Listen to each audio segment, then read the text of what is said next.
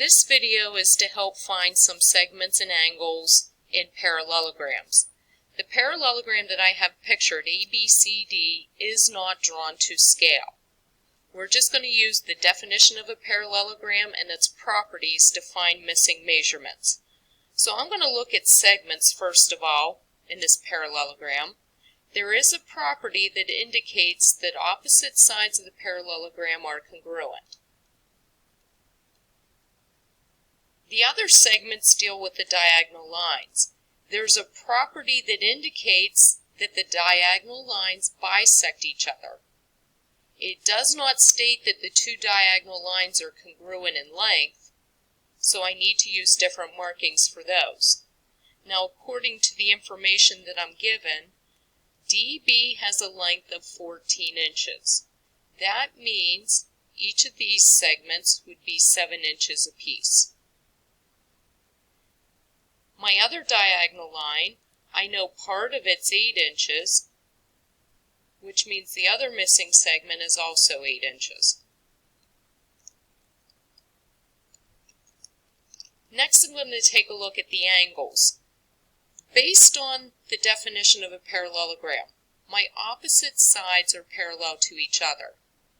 That's going to be useful in finding some angles, and I'm going to be dealing with alternate interior angles. I can use alternate interior with the 48 degrees as well. That's based on the definition. I'm dealing with parallel lines. The next thing I'm going to look at, I'm just going to go to the center of this shape with the 58 degrees. I have vertical angles,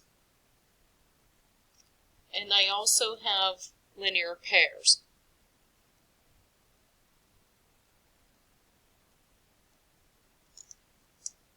Now I only have a few angles left to find. I can use triangle sum for those. So if I'm looking at this bottom triangle, CED, I already know 2 of the 3 angles, so if I would subtract those angles from 180, I would find my missing angle in that triangle. And this one is also 10 degrees, either by triangle sum or by alternate interior angles.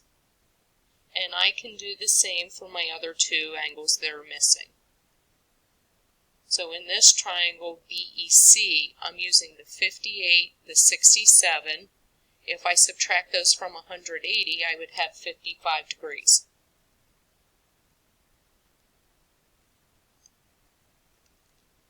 Now my next shape looks similar. The only difference is now I'm indicating this is a rectangle. And once again, the picture is not drawn to scale. One thing about the rectangle, based on its definition, there's 4 right angles.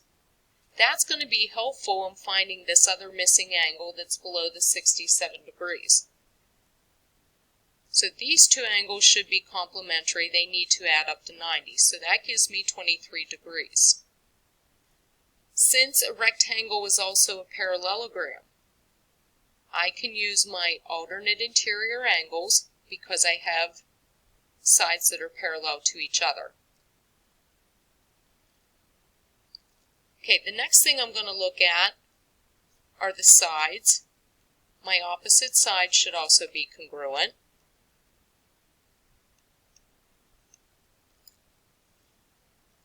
Now, to find the other missing parts, something that's unique about the rectangles, the 2 diagonal lines are congruent to each other. And because it's a parallelogram, the diagonal lines are also bisected. This time, my 4 individual segments inside my rectangle will be the same. That means I have some isosceles triangles that I'm dealing with.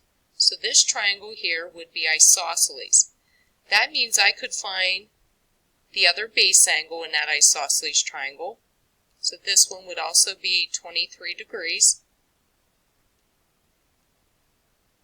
I can do that with each of those triangles. Base angles are congruent in any isosceles triangle. Now the last thing is just to find these angles that are in the center part of my rectangle.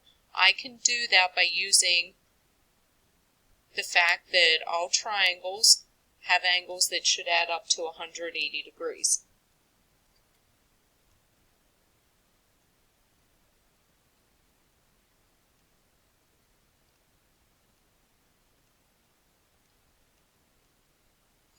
Now the only parts I did not find are the lengths of the diagonal lines. So I'm just going to focus on the triangle ADC. Because I started with a rectangle, my corner angle's 90 degrees. That means I'm dealing with a right triangle. If I were to use the Pythagorean theorem, I could find the length of AC. Using the theorem, I would get 13 as my answer. So if I wanted to find the individual segments, such as from A to E, D to E, I would just take the 13 and cut that in half and have 6.5. Okay, the next shape we're going to look at is a rhombus. Once again, it's not drawn to scale. The definition of a rhombus is that all four sides are congruent. So there's 3 more segments I can find right away.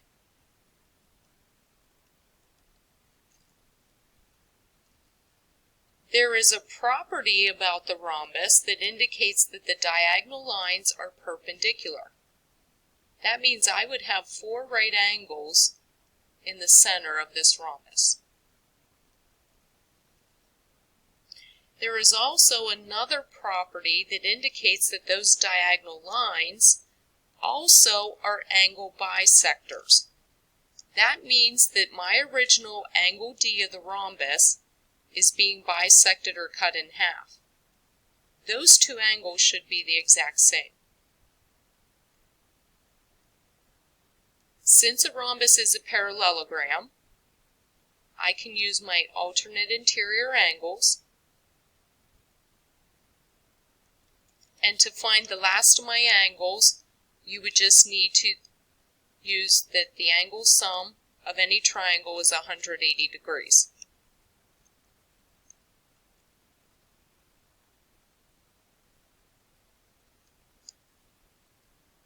So the 4 remaining angles should be 53 degrees each.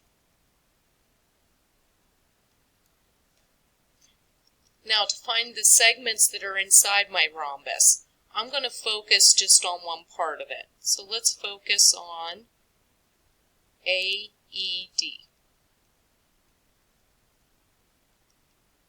This is a right triangle. So once again, I could use Pythagorean theorem. I was given that this length is 3. I already know that I have a length of 5, which is my hypotenuse. So if I perform the Pythagorean theorem, I would find that this number would be a 4. So each of these segments are 4, and then E to C should be a 3 because A to E is also a 3. Now the last shape I'm going to look at is a square. The only value that's given is that I have one segment that's 4 inches. Because it's a square, one part of its definition is I'm dealing with right angles. And since a square is also a rhombus, that means that these 2 angles should be the exact same. So I can find those corner angles if I would take 90 and divide it in half. Each of these angles would be 45, and that will be true for any square, no matter what size it is. Those angles will always be 45 degrees. And a square is also a rhombus, which means my diagonal lines are perpendicular. So each of the angles in the center would be 90 degrees. I could also find that, knowing that these are 45, I could use that the angle sum in any triangle is 180. Now the last thing to find are my segments or sides. I have A to E is 4, which means E to C should also be 4. Being that a square is also a rectangle, All 4 of these individual segments should be the same, so each of these would be 4. Now to find the side, I'm going to take a look at one of these triangles. My triangle is a right triangle, which means I could use the Pythagorean theorem again. And my value, I'm just going to round it to the nearest tenth, would be approximately 5.7. So my 4 sides are each 5.7 inches in length.